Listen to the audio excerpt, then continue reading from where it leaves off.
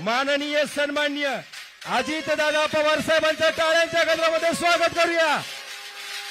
दादांचं आगमन होत आहे। दादांचं पारनेर नगरीमध्ये मनापासून स्वागत, हार्दिक अशा प्रकारचं अभिनंदन आहे। दादांसोबत मात्र मान्यवरांचं आगमन या ठिकाणी होत आहे। जोरदार टाळ्यांच्या गजरामध्ये स्वागत करूया महाराष्ट्र राज्याचे लाडके उपमुख्यमंत्री, विकास कामांचा वादा अर्थात लाडके उपमुख्यमंत्री अजितदादा साहेबांचं आगमन मनापासून स्वागत करूया। दादांचं आगमन मनापासून स्वागत करूया। मी दादांना विनंती करतो, या संवाद मेळाव्याची आपण सुरुवात कुलवाडी भूषण छत्रपती शिवाजी महाराजांच्या प्रतिमेचं पूजन करून आपण या ठिकाणी करत आहोत। मी विनंती करतो, आपण मंचावरती आहात, आपण त्या ठिकाणी जायचं आणि या ठिकाणी पूजन करायचं आहे। त्यांच्या समेत या ठिकाणी उपस्थित होत आहेत सभापती काशीनाथ दाते सरांचं आगमन होत आहे, मनापासून स्वागत करतो। कुलवाडी भूषण छत्रपती शिवाजी महाराज हिंदवी स्वराज्याचे संस्थापक, राज्याचे उपमुख्यमंत्री अजितदादांच्या उपस्थितीमध्ये आपण प्रतिमा पूजन केलेलं आहे। बोला छत्रपती शिवाजी महाराज की जय, भवानी जय शिवाजी। ज्यांची आपण आतुरतेने वाट पाहत होतो, राष्ट्रवादी काँग्रेस पार्टी संवाद मेळावा आणि जाहीर पदाधिकाऱ्यांचा अगदी मात्र पक्षप्रवेश या कार्यक्रमाच्या निमित्तानं मान्यवरांचं आगमन होत आहे। मी विनंती करतो, आपण सगळेजण पुढे येऊन बसायचं आहे। साईटला जे काही माझा मतदार बंधू भगिनी या ठिकाणी उपस्थित आहे ना, मी त्यांना विनंती करतो, आपण समोर येऊन बसायचं आहे। दादांचं आगमन होतंय, दादांचं इथं मनापासून स्वागत करतो। कार्यक्रमाच्या निमित्तानं सन्माननीय पुणे जिल्हा परिषदचे माजी उपाध्यक्ष सुजितरावजी झावरे पाटील साहेबांचं आगमन होतंय, मनापासून स्वागत करतो। नगर जिल्ह्याचे माजी जिल्हा परिषदचे उपाध्यक्ष आणि जिल्हा परिषद पदावरती मात्र काम करताना विकास कामांची खरतर नांदी ज्यांनी आणली, आदरणीय सुजितरावजी झावरे पाटील साहेबांचं आगमन या ठिकाणी होते, त्यांचं मनापासून स्वागत करतो। ज्यांची जिल्हा अध्यक्षपदी नव्यानं मात्र नेमणूक करण्यात आली, राष्ट्रवादी काँग्रेस पार्टी अशोकरावजी सावंत साहेबांचं आगमन आहे, मनापासून स्वागत करतो। या कार्यक्रमाच्या निमित्तानं सभापती काशीनाथ दाते सरांचं या ठिकाणी आगमन आहे, मनापासून स्वागत आहे। मंडळी, एक गोष्ट मला आवर्जून सांगायची आहे, दादा मात्र या ठिकाणी उपस्थित झालेले आहे, ज्यांचे मौलिक आणि मौखिक विचार ऐकण्यासाठी आपण उपस्थित झालात, दादांचं आगमन होत आहे। सगळ्यांना विनंती करतो, बाजारतळाच्या पाठीमागं आणि बाहेर असणारी मंडळी आपल्याला विनंती करतो, आपण समोर येऊन बसायचं आहे। या ठिकाणी सभापती अरुणरावजी ठाणगे यांचं आगमन या ठिकाणी होत आहे, त्यांचं मनापासून स्वागत, हार्दिक अशा प्रकारचं अभिनंदन। या ठिकाणी जिल्हा अध्यक्ष सन्माननीय कपिल पवार साहेबांचं या ठिकाणी आगमन होतंय, त्यांचं मनापासून स्वागत करूया। कार्यक्रमाच्या निमित्तानं राष्ट्रवादी काँग्रेस पार्टीच्या सर्व पदाधिकाऱ्यांचं पारनेर तालुका आणि नगर जिल्हा सगळ्यांचं इथं मनापासून स्वागत। पहिले सत्कार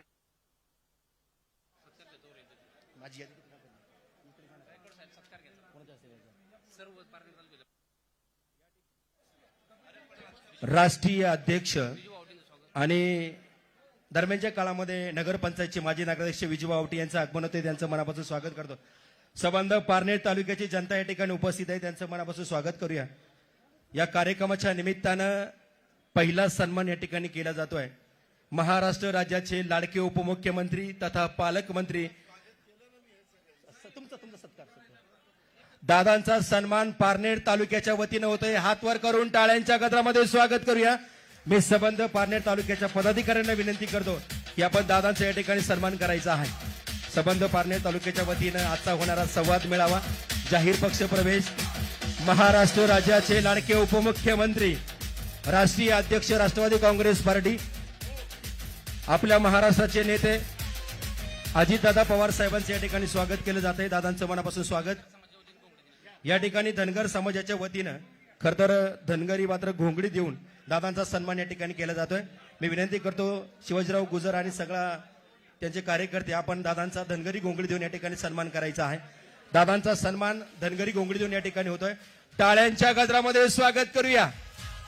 दादांचा सन्मान पारनेर नगरीमध्ये होतोय। उत्तम प्रशासक, दूरगामी विचार, अविरत लोकसेवा, तरुणांचं कुशल संघटन, पारदर्शक कारभाराचा चकाकता आरसा, आदरणीय दादांचं मात्र या ठिकाणी स्वागत केलं जात आहे। या ठिकाणी पारनेर तालुक्याच्या वतीनं राष्ट्रवादी काँग्रेस पार्टी प्रदेश सचिव, माथाडी कामगारचे अध्यक्ष सन्माननीय बाळासाहेबजी बोरकर यांच्या उपस्थितीमध्ये शाल आणि श्रीफळ देऊन दादांचा या ठिकाणी सन्मान होत आहे। अजितदादा पवार साहेबांचा राष्ट्रवादी काँग्रेस पार्टीचा मंडळी, घड्याळ तेच पण वेळ नवी, आपलं मनापासून स्वागत आहे।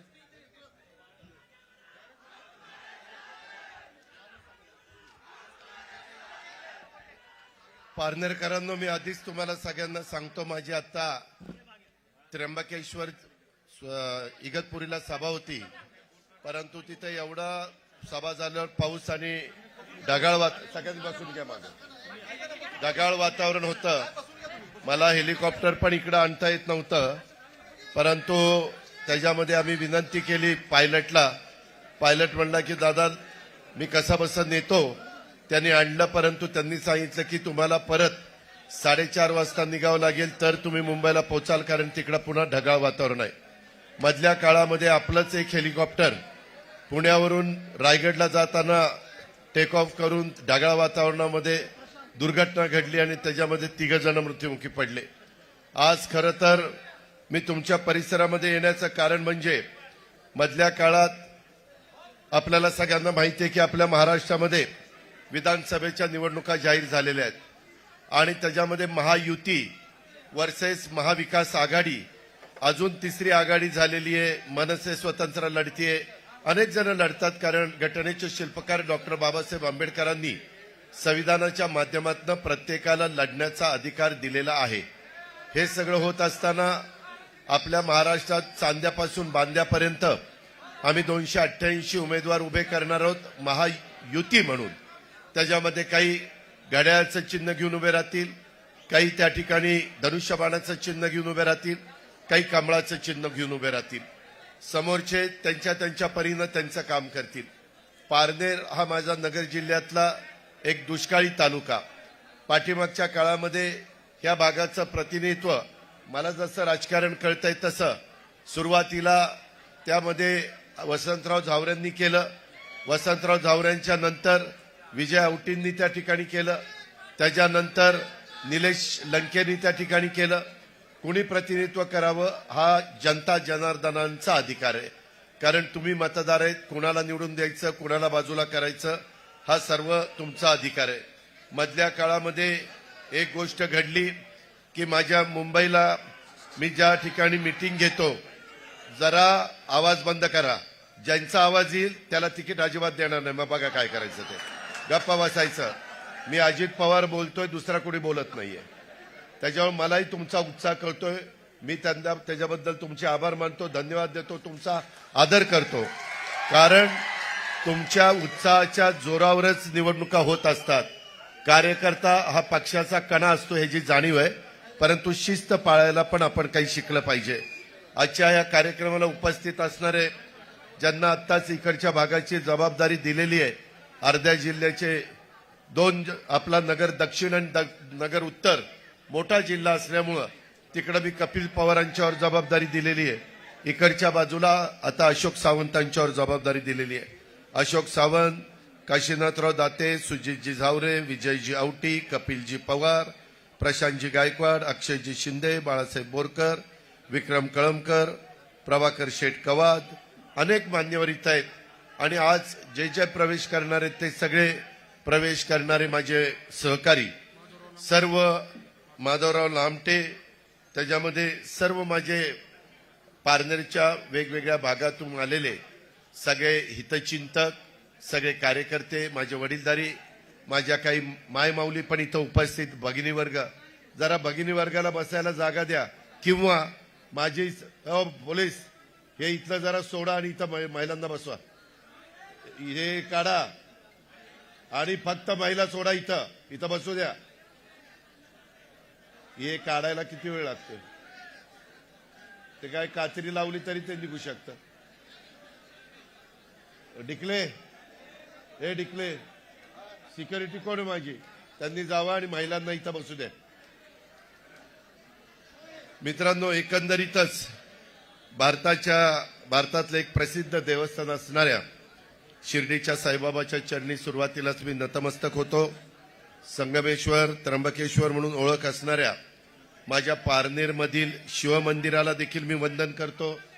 राज्य कारभाराचा प्रशासकीय गुणवैशिष्ट्याचा आदर्श निर्माण करणाऱ्या आपल्या चौंडीच्या जामखेड तालुक्यातल्या पुण्यश्लोक अहिल्यादेवी होळकर यांच्या कार्याचं देखील मी स्मरण करतो. त्यांना पण मी अभिवादन करतो. आज आपण सगळेजण इथं जमलोय त्याचं कारण लवकरच उमेदवारी अर्ज भरायला सुरुवात होणार आहे. 22-23 तारखेपासून महाराष्ट्रामध्ये निवडणुकीचा कार्यक्रम जाहीर झाला आहे. 20 नोव्हेंबरला दिवाळीच्या नंतर मतदान आहे, 23 तारखेला मतमोजणी आहे नोव्हेंबरला, आणि साधारण 26-27 तारखेपर्यंत नवीन मंत्रिमंडळ अस्तित्वात आलं पाहिजे, हा नियम आहे. आता इकडे येण्यामागचं कारण थोडीशी धावपळ झाली. मधी माझ्याकडं स्वतः अशोक सावंत, काशीनाथराव दाते, सुजित झावरे, विजया उटी, त्याच्यामध्ये आमचे माधवराव लामखेडे असे बरेच जण आलेले होते. शिवाजीराव पण आलेले होते. आणि यांनी एक इच्छा प्रदर्शित केली की दादा आम्हाला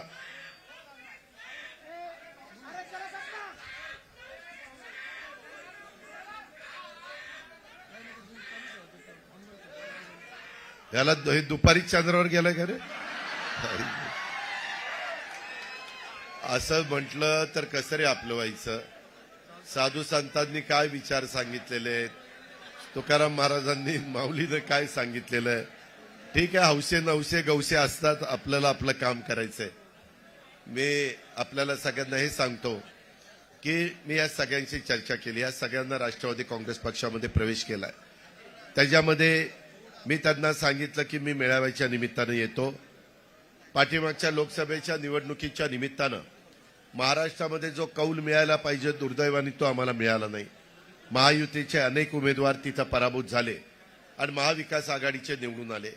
परंतु त्या काळामध्ये एक नरेटिव्ह सेट करण्याचा प्रयत्न केला. तो नरेटिव्ह असा होता किंवा संविधान बदललं जाणार, आरक्षण काढलं जाणार, आपल्याला आता संधी मिळणार नाही. आदिवासी समाजामध्ये पण हा मेसेज गेला आणि माझ्या मागासवर्गीय समाजामध्ये देखील हा मेसेज गेला. आणि मी जाहीरपणे सांगायचो, वेगवेगळ्या भागामध्ये जाऊन सांगायचो की बाबांनो हे खोटं आहे, हे चुकीचं आहे. हा प्रचाराचा भाग आहे. घटनेचे शिल्पकार डॉक्टर बाबासाहेब आंबेडकरांनी दिलेलं संविधान जगातलं एक उत्तम संविधान आहे. आपला भारत देश एकसंघ ठेवण्याचं काम ह्या संविधानाने केलंय. सर्व धर्म समभाव ही एक प्रत्येकाला, शिवशाहू फुले आंबेडकरांच्या महाराष्ट्रामध्ये प्रत्येकाला जातीभेद न ठेवता प्रत्येकाचा मान सन्मान ठेवला जातो. ही आपली संस्कृती आहे. चव्हाण साहेब, यशवंतराव चव्हाण साहेब जे पहिले मुख्यमंत्री महाराष्ट्राचे झाले, त्यांनी आपल्याला शिकवण दिलेली. ही परंपरा आपण जतन केली पाहिजे. परंतु त्यावेळेस आमच्यावर कमी विश्वास दाखवला आणि समोरच्यांनी नरेटिव्ह सेट करून जास्त विश्वास दाखवला, त्याचा फटका बसला. त्याच्यामध्ये अब की बार 400 पार असाही प्रचार झाला. आणि मग काही जण सांगायचे की कशाला 400 पार पाहिजेत, ह्यांना घटना बदलायची, ह्यांना संविधान बदलायचं आहे. तुम्ही बघा, आता महाराष्ट्रामध्ये बहुतेक सगळ्या तालुक्यामध्ये संविधान भवन हा उभा करण्याचा निर्णय झालेला आहे. पंतप्रधानांनी तिसऱ्यांदा देशाचे पंतप्रधान म्हणून ज्यावेळेस शपथ घेतली त्यावेळेस त्याच्यामध्ये हे आता तुम्ही दाखवलं ना, ए बाळा मी बघितलं काय होतं, मागच्या लोकांना दिसत नाही. माझी विनंती आहे की ते तुमचं लक्षात आलंय, तुम्ही कुणाचे समर्थक आहात ते सगळं मला लक्षात आलंय. त्या पद्धतीने मला तुमच्याबद्दल आदर आहे, काळजी करू नका. पण मागच्या लोकांना पण दिसू द्या अशी माझी विनंती आहे. मला इथं मीडियावाले पण आहेत, तुम्ही कॅमेरा सेट केला असता खाली बसा ना. तुमच्या पाठी बघायला माझी लोक आली नाहीत, मला बघायला आली आणि मला ऐकायला आली. खाली बसा. त्या संदर्भामध्ये मला आपल्याला सगळ्यांना सांगायचं आहे की एकंदरीतच जो लोकसभेला फटका बसला, शेवटी लोकशाही आहे, आम्ही त्याचा आदर केला. त्याच्यानंतर आम्ही पुन्हा कामाला लागलो. एकनाथराव शिंदे राज्याचे मुख्यमंत्री आहेत, उपमुख्यमंत्री देवेंद्रजी आहेत, मी आहे, वेगवेगळे मंत्रिमंडळामध्ये सहकारी आहेत. आम्ही राज्यासहित कशात आहे, माझ्या शेतकऱ्यांसहित कशात आहे, माझ्या मायमाऊलींचं हित कशात आहे. मी पारनेरकरांनो 10 वेळेला आपल्या राज्याचा अर्थसंकल्प सादर केला. त्यावेळेस मला अर्थसंकल्प सादर करत असताना मी फार विचार केला. मी ग्रामीण भागामध्ये काम करणारा एकेकाळचा कार्यकर्ता. मी पहिल्यांदा माझ्या गावच्या विकास सोसायटीचा पंच होतो, नंतर चेअरमन झालो, नंतर बँकेला डायरेक्टर झालो, नंतर बँकेचा चेअरमन झालो. अशा टप्प्याटप्प्यामध्ये मी तिथं आज इथपर्यंत पोहोचलेलो आहे. त्याच्यावर ग्रामीण भागामध्ये कम म्हणजे काय, पीक कर्ज कसं करायचं असतं, कसं द्यायचं असतं, मध्यमुदत म्हणजे काय, दीर्घ मुदत म्हणजे काय, संस्था चांगली कशी चालवायची, ह्या सगळ्या गोष्टी मला माहिती आहेत. दुधाचा व्यवसाय मी केलाय, पोल्ट्रीचा व्यवसाय मी केलाय, शेतीवाडी मी करतोय. आज देखील जरी मी राज्याचा उपमुख्यमंत्री असलो तरी शेतामध्ये जाऊन त्या ठिकाणी मी माझ्या परीनं काम करण्याचा प्रयत्न, पिकं चांगली आणण्याचा प्रयत्न करतो असतो, कारण माझ्या बापदाद्यांनी ते केलेलं आहे. माझ्या आजोबांनी, पंजोबांनी, खापर पंजोबांनी, माझ्या वडिलांनी, आता मी करतोय, आता पुढची पिढी करेल. आणि ही परंपरा सगळ्या पारनेरमध्ये चालू आहे, माझ्या नगरमध्ये चालू आहे, माझ्या श्रीरामपूरमध्ये चालू आहे, माझ्या शिर्डीमध्ये चालू आहे, सगळीकडेच चालू आहे, श्रीगोंद्याला आहे. मी सगळी नावं घेत नाही, सगळीकडे आहे. आणि त्याच्यामुळं मला ज्यावेळेस संधी मिळाली, ती संधी मिळाल्यानंतर मला महत्वाची पदं तुमच्या सगळ्यांच्यामुळे मिळाली. अर्थसंकल्प सादर करत असताना मी विचार केला, ह्या माझ्या मायमाऊली इथं बसल्यात, की बाबा ह्यांच्याकडे कोणी लक्ष देत नाही. आपण म्हणतो पुरुषांच्या बरोबरीनं महिलांना वागणूक दिली पाहिजे, त्याच्याशिवाय देश पुढे जात नाही. जगात जिथं पुरुषांच्या बरोबरीनं महिलांना वागणूक दिली जात नाही ते देश जगामध्ये मागं पडलेले आहेत. आणि त्याच्यामुळं आपल्या इथं तर राजमाता जिजाऊंचा वारसा आहे, आपल्या इथं पुण्यश्लोक अहिल्यादेवी होळकरांचा वारसा आहे, आपल्याकडे रमाई मातेचा वारसा आहे, आपल्या इथं क्रांतीज्योती सावित्रीबाई फुलेंचा वारसा आहे. किती मी महिलांची नावं घेऊ की त्यांनी एक आदर्श तुमच्या माझ्या पिढ्यानपिढ्या पुढच्या लोकांच्या करता ठेवलेला आहे. पण आज माझ्या गावामध्ये, माझ्या वाडी वस्तीवर जाणारी, खुरपणीला जाणारी महिला, आज धुडंबांधणी करणारी महिला, आज स्वयंपाक करणारी महिला, आज तिथं कचरा गोळा करणारी महिला, आज काही ठिकाणी काचा गोळा करण्याचं काम महिला करते. अक्षरशः शहरी भागात झोपडपट्टीमध्ये अतिशय खराब अवस्थेमध्ये ती तिथं जीवन जगत असते. परंतु पोटा करता, आपल्या नवऱ्या करता, आपल्या मुलाबाळांच्या करता ती तेवढे कष्ट घेते. मी विचार केला की आतापर्यंत अनेक गोष्टी आपण केल्या, वेगवेगळ्या सरकारांनी केल्या. ह्यावेळेस मुख्यमंत्री माझी लाडकी बहीण योजना आणायची आणि त्याच्यामध्ये ती योजना अशी आणायची की त्या महिलेच्या डायरेक्ट अकाउंटला पैसे टाकायचे, 1,500 रुपये महिना. आणि आम्ही फॉर्म भरायला सुरुवात केली. आमची चेष्टा मस्करी केली. विरोधक म्हणले हे काय चुनावी जुमला आहे, हे काय तात्पुरतं आहे, हे काय पुढे जाणार नाही, ह्यांच्याकडे पैसेच नाही, हे कर्जबाजारी आहेत, हे कांगाल आहेत, वाटेल तशा प्रकारचे आरोप झाले. नंतर महिलांना म्हणले घ्या पैसे, पहिले आले लवकर काढून घ्या, नाहीतर पुन्हाच पैसे काढून घेतील. वाटेल ते म्हणजे खरोखरीच मी पण राजकीय जीवनामध्ये सत्तेमध्ये काम केलंय, विरोधी पक्षात काम केलंय, विरोधी पक्षाचा नेता म्हणून काम केलंय, राज्यमंत्री, मंत्री, उपमुख्यमंत्री सगळी पदं तुमच्यामुळे मला मिळालेली आहेत.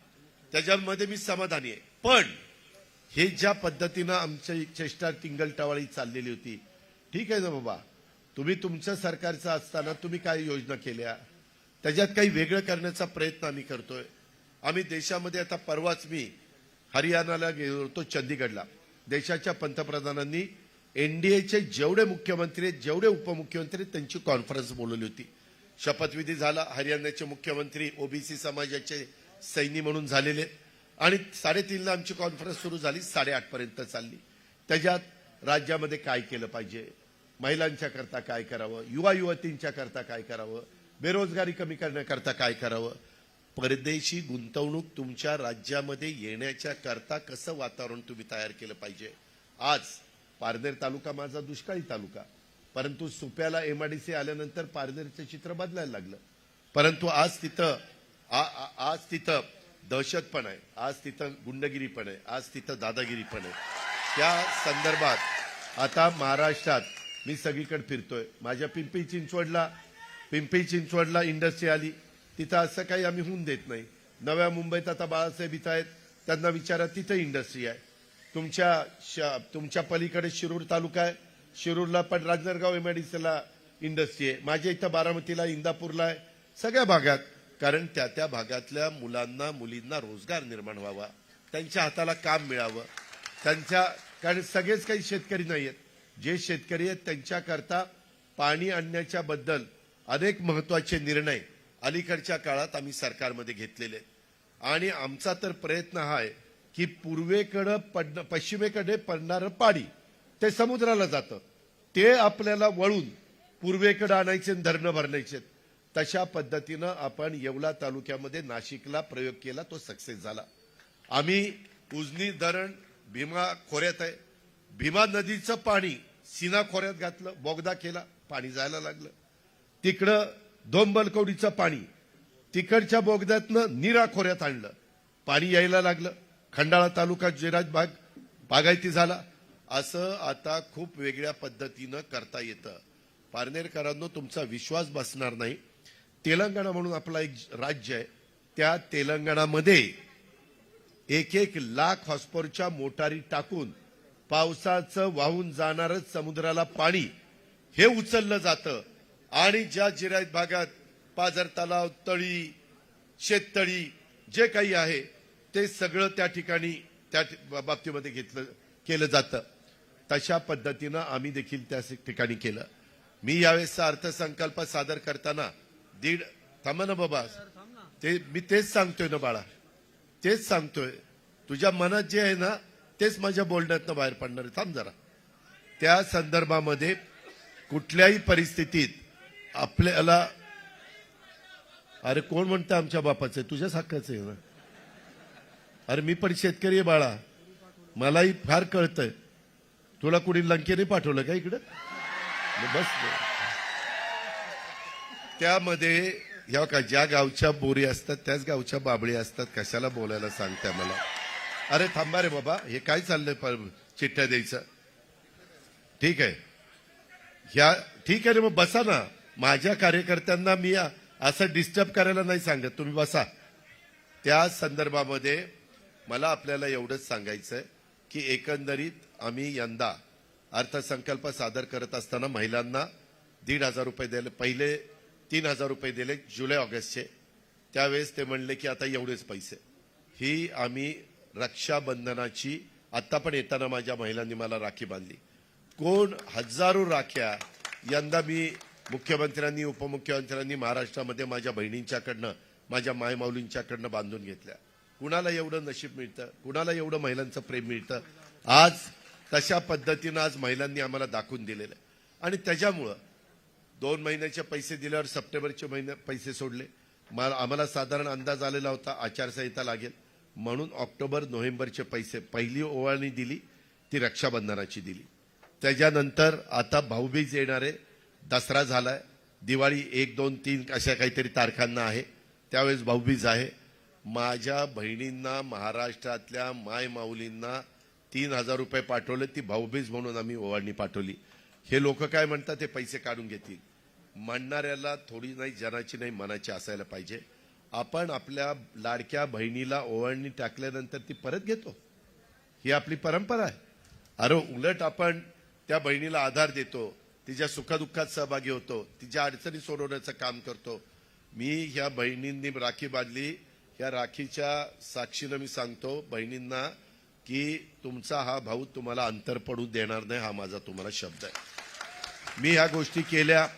मी एक मुलगी जन्माला आल्यानंतर तिला 18 वर्षाची होईपर्यंत 1,01,000 रुपयेपर्यंत रक्कम मी टप्प्याटप्प्यामध्ये देतो. यांनी प्रचार सुरू केला. आम्ही त्याच्या संदर्भामध्ये 3 गॅस सिलेंडर महिलांना वर्षाला द्यायचा निर्णय घेतला. त्याच्याबद्दलची अंमलबजावणी आम्ही सुरू केली. का तर गरिबांना आम्ही देतोय, त्याच्यात जातपात धर्म बघितला नाही. मागासवर्गीय असो, आदिवासी असो, अल्पसंख्याक असो, ओबीसी असो, बहुजन समाज असो, भटका समाज असो, कुठलाही समाज असू द्या, गरीब माझी माई माऊली असेल तिला 1,500 रुपये त्या ठिकाणी जाणार. ह्या पद्धतीने आम्ही सुरुवात केली. पैसे त्या ठिकाणी यायला लागले. मी बजेटमध्ये तरतूद केली. पहिली 10,000 कोटी केली, नंतर 35,000 कोटी रुपये केली. महिला बाल विकासची खात्याची मंत्री आमची आदिती तटकरे, तिला त्याच्यामध्ये लक्ष द्यायला सांगितलं. कुठेही अडचण येऊन देत नाही. बऱ्याच महिला म्हणतात दादा पैसे आम्हाला मिळाले, दादा आमच्या अकाउंटला पैसे आले. मी त्यांना म्हणतो ते तुमच्या करतायत, तुम्ही तुमच्या करता खर्च करा. इतके दिवस तुम्ही तुमच्या पोटाला चिमटा काढला आणि नवऱ्या करता, मुलाबाळांच्या करता केलं. अहो पण तुम्हालाही काहीतरी आहे ना, मन आहे, तुमची पण काही आवड आहे, तुम्हालाही पारनेरच्या बाजारात आल्यानंतर काहीतरी घ्यावंसं वाटतं, तुमचा हक्क आहे. परंतु तिकडे कुणी बघितलं नाही. आज आम्ही लोकांनी बघितलं, महायुतीनं बघितलं आणि ह्या पद्धतीनं तुम्हाला दिलं. मग म्हणले बघा ह्यांच्या लाडक्या बहिणीचे पुरुषांकडे लक्षच नाही. माझ्या बांधवांनो, माझ्या खूप दिवस मनात होतं, मी ऊर्जा खातं सांभाळलं. मी देवेंद्रजींशी बोललो, देवेंद्रजी आपण 3, 5, 7.5 हॉर्सपॉवरच्या मोटार चालवणाऱ्या इलेक्ट्रिक पंप चालवणाऱ्या शेतकऱ्यांना त्यांचे कनेक्शन तोडतात. मग कधीतरी आमच्या शेतकऱ्याला नाईलाज असतं, मनात नसतं, पण आकडा टाकावा लागतो, कारण पाणी असतं विहिरीत आणि पिकाला तर पाणी देता येत नाही. आणि त्या पद्धतीनं आम्ही ती वीज माफी केली. आता पारनेरकरांनो, शून्याचं बिल आलं की नाही तुम्हाला? प्रत्येकाला आलं. आम्ही बोलतो तसं वागतो. महाराष्ट्राला माहिती आहे, गेले 35 वर्ष अजित पवार थोडासा कडक असेल, परंतु शब्दाचा पक्का आहे. मी आज तुम्हाला सगळ्यांना सांगतो, ही वीज माफी आहे, ही तात्पुरती नाही. 44 लाख शेतकरी, 44 लाख, त्या 44 लाख शेतकऱ्यांना आम्ही त्याच्यामध्ये 3, 5, 750 वीज माफी केली. आता पारनेरकरांनो, टप्प्याटप्प्यानी आम्ही तुम्हाला दिवसा वीज देणार आहे. तुम्ही म्हणाला मग ह्याच्या आधी का नाही दिली? ह्याच्या आधी न देण्याचं कारण हो का? आता तुम्हाला मी दाखवतो. मोहन येवले हे आपले तनपुरेवाडीचे राहुरी तालुक्यातले, ह्यांचं बिल, त्यांचं 10,256 रुपये बिल होतं 3 हॉर्सपॉवरचं. शासनाने भरलेली रक्कम 10,256, ग्राहकाने भरावायची रक्कम 00 बिल. कधी असं झालेलं नव्हतं. एकदा मला आठवत आहे, 2003ला सुशीलकुमार शिंदे असताना दिलं आणि 2004ला पुन्हा आम्ही सत्तेवर आलो. लोकांना आवडलं, लोकांनी आम्हाला निवडून दिलं आणि पुन्हा बिलं पाठवायला लागलं. मी म्हणलं असं कसं? लोकांना आपण सांगून मतं घेतली, राव खोटं कसं काय बोलायचं? नाही म्हणले, आपल्याला परवडत नाही. मी अर्थमंत्री म्हणून सांगतो, दरवर्षी तुमच्या बिलाचे 15,000 कोटी रुपये राज्य सरकारच्या तिजोरीतनं महावितरणला भरण्याच्या करता आपली ऐपत आहे. अजित पवार तुमच्या समोर बोलतोय, 7 लाख कोटीचा अर्थसंकल्प मी दरवर्षी सादर करतो. गेल्या वर्षी 6.5 50,000 वाढतो, पुढच्या वेळेस 7 लाख कोटी. 7 लाख कोटीपैकी 3 लाख कोटी पगाराला, पेन्शनला आणि घेतलेल्या कर्जाच्या व्याजाला जातात. 4 लाख कोटी आपल्याला विविध योजना करता, वेगवेगळ्या लाभार्थ्यांना लाभ देण्याकरता, माझ्या मागासवर्गीय आदिवासी मुलामुलींना शिक्षणाकरता, इतर पण वर्गातल्या गरिबांच्या करता आपल्याला मदत करता येते. रस्ते, लाईट, पाणी हे सगळं आपण त्याच्यातनं करतो. आता आम्ही काय केलं, 35,000 एकर जमीन, बॅरन लँड, पूर्वी जशी माझ्या पारनेरची होती तशी कुसळ उगवायचं, तशा प्रकारची लँड त्यांना दिली आणि मोठ्या मोठ्या कंपन्यांना सांगितलं मला तिथं वीज द्या. पूर्वीची वीज आपल्याला तुमच्यापर्यंत पोहोचवायला 7 रुपये युनिटला खर्च मिळायचा. आता सोलर, सूर्यप्रकाश आला की तुमची वीज चालू, त्याचा खर्च 3 रुपये येतो, 4 रुपयाची बचत झाली. त्याच्यामुळं आता इथून पुढं पारनेरकरांनो, 6 ते 8 महिन्यात आम्ही लोक, महायुती सरकार, तुम्हाला दिवस उजाडला तुमचा वीज पंप चालू, दिवस मावळला वीज पंप बंद करायचा, घरामध्ये जाऊन बायका पोरांच्या मध्ये रात्रीचं जेवण करून सुखामध्ये त्यांच्या बरोबर राहायचं. बिबट्याची काळजी नाही, रात्री विंचू काट्याची काळजी नाही. मला ते खूप दिवस काय होतं, आठवड्यातले 3 दिवस तुम्हाला दिवसा आणि 3 दिवस रात्री, लोक अक्षरशः बेजार होतात. बरं कुठं काय कधी रात्री घडेल सांगता येत नाही. आणि म्हणून हा एक निर्णय आम्ही घेतलाय. आणि इथनं पुढं मी आपल्याला सांगतो, ह्या योजना मायमाऊलींनो, बांधवांनो, तुमचा दुधाचा दर, माझ्या जिल्ह्यात भागामध्ये दूध जास्त होतं, गाईचा धंदा माझा पण आहे, कधी पण काटेवाडीला येऊन बघा, त्यामध्ये गाईच्या सडातलं काढलेलं जसंच्या तसं दूध, काही मिक्स करायचं नाही, काही युरिया फिरिया काही टाकायचं नाही, जसंच्या तसं कोरं दूध तुम्ही डेअरीला घाला, डेअरी तुम्हाला 28 रुपये देईल. आम्ही तुमच्या दुधाला 7 रुपये अनुदान 1 ऑक्टोबर पासून जास्त देणार. 35 रुपये माझ्या शेतकऱ्याला परवडावं म्हणून आम्ही देतोय. शेतकरी आमचा आहे, आम्ही शेतकऱ्याचे, शेतकरी ही आमची जात आहे, आम्ही दुसरी जात मानत नाही. ठीक आहे, कुणी त्या काळामध्ये जातीच्या भिंती केल्या असतील, पण माणुसकी ही तुमची माझी जात आहे, हे आपण लक्षात घ्या. आणि ह्या पद्धतीने या सगळ्या योजना आपण देतोय. ह्या योजना पुढेही मायमाऊलींनो चालू ठेवायच्यात, पुढेही चालू ठेवायच्यात. पण त्याकरता तुम्हाला पारनेरमध्ये येणाऱ्या निवडणुकीमध्ये घड्याळाच्या चित्राच्या शेजारचं बटन दाबावं लागेल. आम्ही लोक पुन्हा येऊ, आम्ही आल्यानंतर ह्या योजना चालू ठेवू. केंद्र सरकार आमच्या विचाराचं आहे. केंद्र सरकार आमच्या विचाराचं असल्यामुळं मोदी साहेबांची, पियुष गोयल यांची, नितीन गडकरींची, त्याच्यामध्ये नवीन कृषी मंत्री झालेले शिवराज सिंग चौहान, त्यांनी मध्य प्रदेश खूप पुढे नेलेला आहे, त्यांची, अमित भाईंची, ह्या सगळ्यांच्या आमच्या ओळखी आहेत.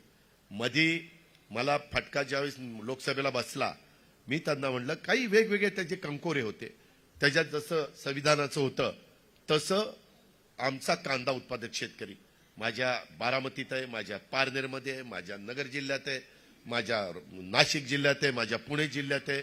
आणि त्यांचं निर्यात बंदी केल्यामुळे भाव पाडायचे. ते म्हणायचे राव आम्ही शेतकरी, आमचे भाव पडतात. आता कांदा निर्यात बंदी उठवलेली आहे. केंद्र सरकारच्या विचाराचं उद्याच्याला विधानसभेचं सरकार तुम्ही आणलं तर आम्ही हक्काने जाऊन जागतिक बँकेचा 0.5% पैसे आपण आपल्या विकास कामाला आणू शकतो. जपान गव्हर्नमेंटचे आता पुण्याला नदी सुधार कार्यक्रम चाललाय. 1,000 कोटी रुपये आणले 0.5%. 0.5%. तुम्ही तर 10 रुपये शेकड्याने घेताय. नंदीवाले माकडवाले वगैरे देतात ना, 10 रुपये शेकडा रेट चालले गेले. 0.5% वर्षाला त्याच्यातनं विकास करता येतो, त्याच्यातनं कायापालट करता येतो. आज रस्ते सगळे नॅशनल हायवे चाललेत, विमानतळ चाललीत, बंदरं चाललीत, वंदे भारत ट्रेन चालल्यात. हे ह्याच्यात द्योतक आहे, त्याच्यातून आपण हे करतोय.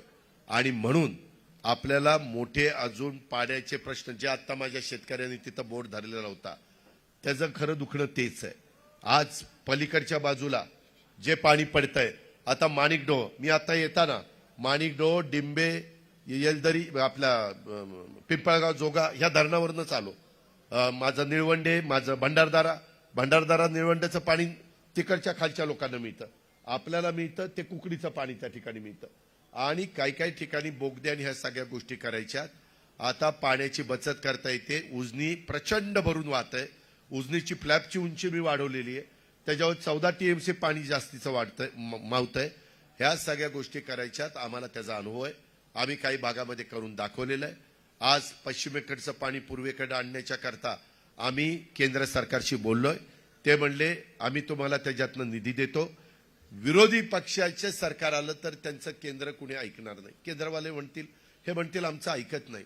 आज ऊसाचा पण MSPचा दर मी वाढवून द्यायला सांगितलेला आहे. कांदा निर्यात बंदी झाल्यामुळे कांद्याचे भाव, टोमॅटोचे भाव, भाजीपाल्याचे भाव आता चांगले. अचानक परतीचा पाऊस पडतोय, काही ठिकाणी नुकसान होतंय, पंचनामे करायला सांगितले, त्याच्याबद्दलची भरपाई द्यायला सांगितलेले. पीक विमा उतरवलेला आहे. काही लोकांना पीक विम्याचे पण पैसे यायला लागलेले.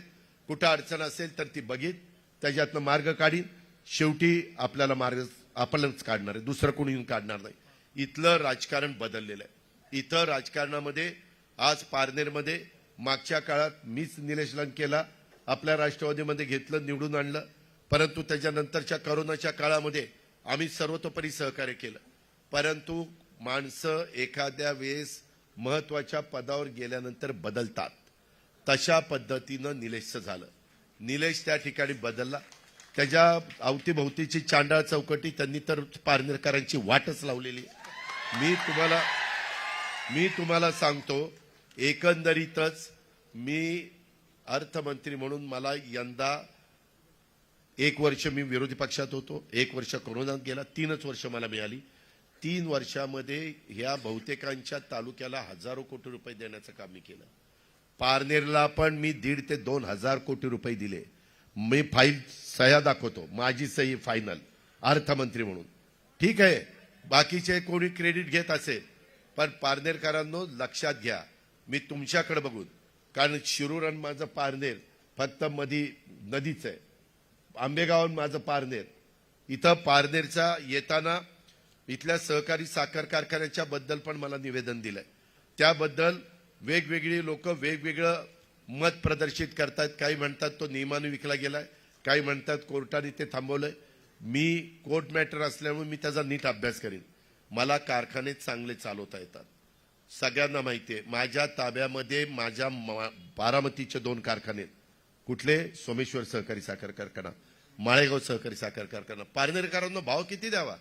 माळेगावमध्ये भाव 3,636 रुपये भाव दिलाय. 3,636 रुपये टन. आणि माझ्या सोमेश्वरनी 3,571. 3,571. तुम्हाला किती मिळतो? 2700, 2800, 2900. डोक्यावरून पाणी 3,000. ही पद्धत शेवटी ही जादूची कांडी नाही रे बाबांनो. ह्याच्यामध्ये कष्ट, मेहनत घ्यावी लागते, वेळ द्यावा लागतो, तर संस्था टिकतात.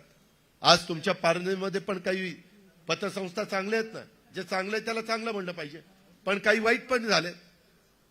म्हणजे तुम्ही जनतेचे पैसे घेता आणि बुडवता, तुम्हाला कुणी अधिकार दिलाय? असल्यांना आपण सोडणार नाही, ते किती मोठ्या बापाचा असू द्या, तू तुझ्या घरचा. कायदा नियम सगळ्याला सारखा. आणि त्यामुळं आपली पारनेर शहर नळ पाणी पुरवठा योजना असेल ती प्रलंबित आहे. इतर काही प्रश्न आहेत. केंद्र सरकारने हर घर नल ही एक योजना आणलेली आहे, हे आपण लक्षात घ्या. मध्ये मी मागे असंच तो अशोक सावंत माझ्या मागे लागायचा की दादा संत निळोबाराय देवस्थानला मला काहीतरी निधी द्या. मी तिथं गेलो होतो, मी जाहीर केला मी देईन, परंतु कामाच्या व्यापातनं माझ्याकडनं राहिलं. नंतर मला पण अशोकने आठवण केली. मी म्हणलं हो बाबा मी गेलो होतो आणि मी संत निळोबाराव देवस्थानला म्हणालो होतो की मी देईन. 7 कोटी रुपये परवा पाठवून दिले. 7 कोटी रुपये. तुम्ही विचारा देवस्थानला आले की नाही. सगळी सोंग करता येतात, पैशाचं सोंग नाही करता येत. पारनेरकरांनो भावनिक होऊ नका. आपल्याला आपल्या तालुक्याला पुढे न्यायचंय. सगळेच जण इच्छुक आहेत. सगळ्यालाच वाटतं की बाबा काशीनाथ दात्यांना वाटतं मी आमदार व्हावं, मी आता वय झालं, माझी शेवटची संधी.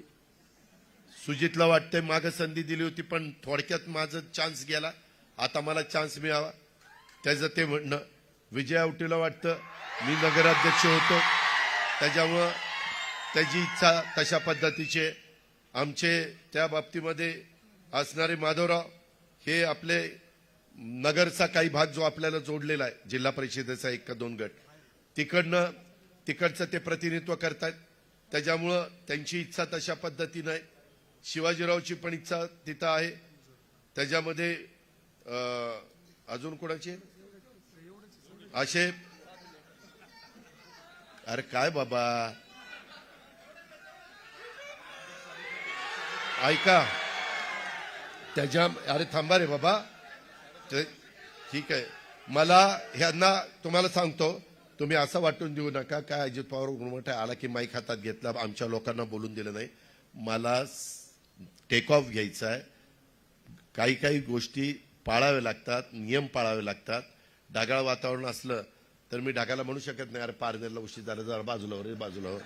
ते ढगातच घेऊन जाईल आपल्याला. त्याच्यामुळं माझ्याबद्दल गैरसमज करू नका. मला लवकरच निर्णय घ्यायचा. मी ह्या सगळ्यांना हे केलं की तुमच्यामध्ये एकजीवपणा राहिला. तुम्ही सगळ्यांनी कुणालाही तिकीट दिलं, तुम्ही एकी टिकवली तर तुम्ही समोरच्याला पराभूत करू शकाल. नाहीतर आता खासदारकी त्याच्याकडं, ऐका ना, खासदारकी त्याच्याकडं, आमदारकी पण तो त्याच्याच घरात घ्यायला निघालाय. जर 1 मिनिट रे बाबांनो, अरे घोषणा देणं फार सोपं असतं, पुढं 5 वर्ष प्रपंच चालवायचं आहे बाबांनो.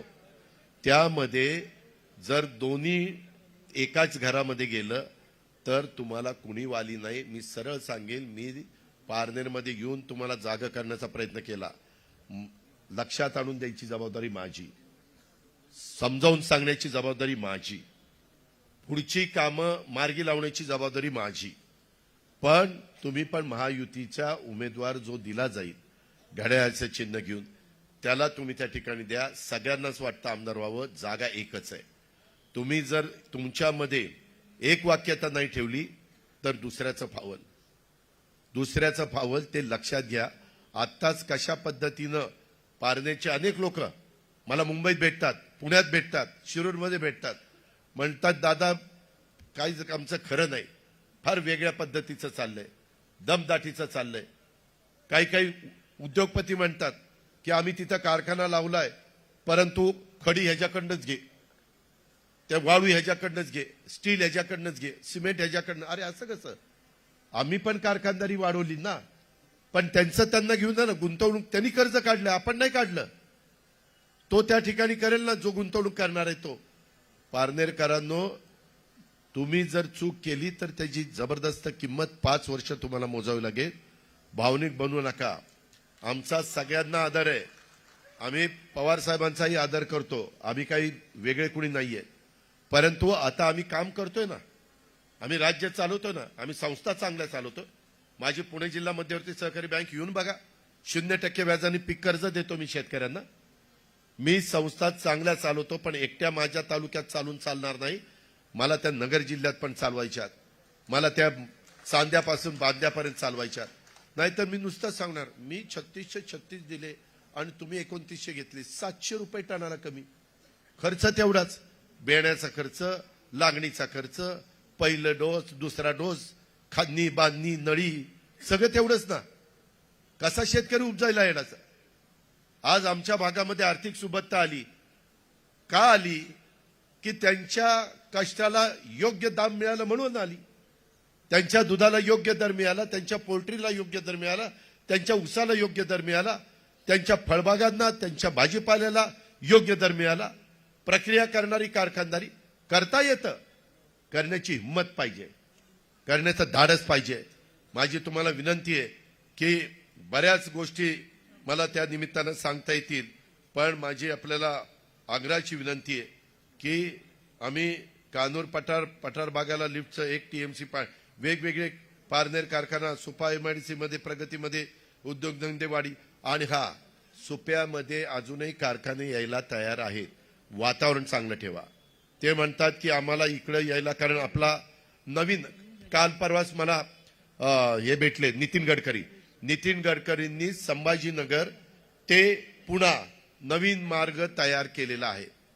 तो झाला की आणखीन आपल्याकडे रहदारी वाढणार आहे, इकडचा लोड कमी होणार आहे.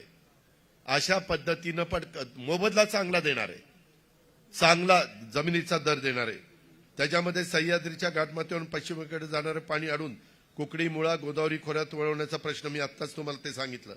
मुळा असे आपले काही काही वेगवेगळ्या प्रकारचे प्रश्न आहेत. ते प्रश्न मी तुम्हाला सोडून देईल. तुम्ही काळजी करू नका. मी फार काही लांब नाहीये. आपण एकमेकाच्या जवळच आहे, फक्त नदी जवळ आहे.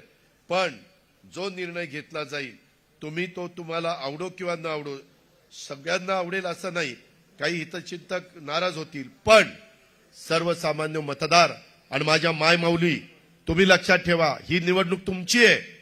तुमचे हे सगळे योजना पुढे चालवायच्यात.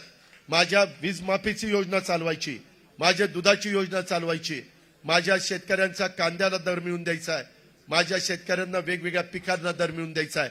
आणि ते केंद्राच्या हातात आहे आणि केंद्र आमच्या विचाराचं आहे. आम्ही तिथे जाऊन आणू भांडून. नाही भांडलो तर तुम्ही आम्हाला जा विचारा किंवा दादा तुम्ही तिथं म्हणला का नाही आता करत, हेच सांगायला मी आलेलो आहे. वेळ कमी आहे, समजून घ्या एवढीच विनंती करतो. पुन्हा फॉर्म भरण्याच्या निमित्तानं किंवा अजून एका सभेच्या निमित्तानं येईल, पण गाफील राहू नका, भावनिक होऊ नका. काही जण आणखीन काही वेगवेगळे सांगतील. पैशाचं सोंग करता येत नाही. पैसा करत असताना त्याच्यामध्ये विचारपूर्वकच ते करावं लागतो. आज अतिशय कमी वेळेत मी तुम्हाला कळवल्यानंतर तुम्ही एवढ्या मोठ्या संख्येने इथं उपस्थित राहिलात त्याबद्दल आमचा अशोक सावंत असेल, विजयावटे असेल, माधवराव लामखडे असतील, काशीनाथराव दाते असतील, सुजित झावरे असतील, आमचे बाकीचे सगळे सहकारी असतील, प्रभाकर शेठ कवाद असतील, जे इथे मान्यवर आहेत, सर्व मान्यवरांना मी धन्यवाद देतो. तुमचा उत्साह असाच टिकवा आणि घड्याळाचा चिन्हाचा उमेदवार निवडून द्या. पुढची कामं मार्गी लावण्याचा शब्द अजित पवार तुम्हाला देतो आणि मी थांबतो. जय हिंद, जय महाराष्ट्र.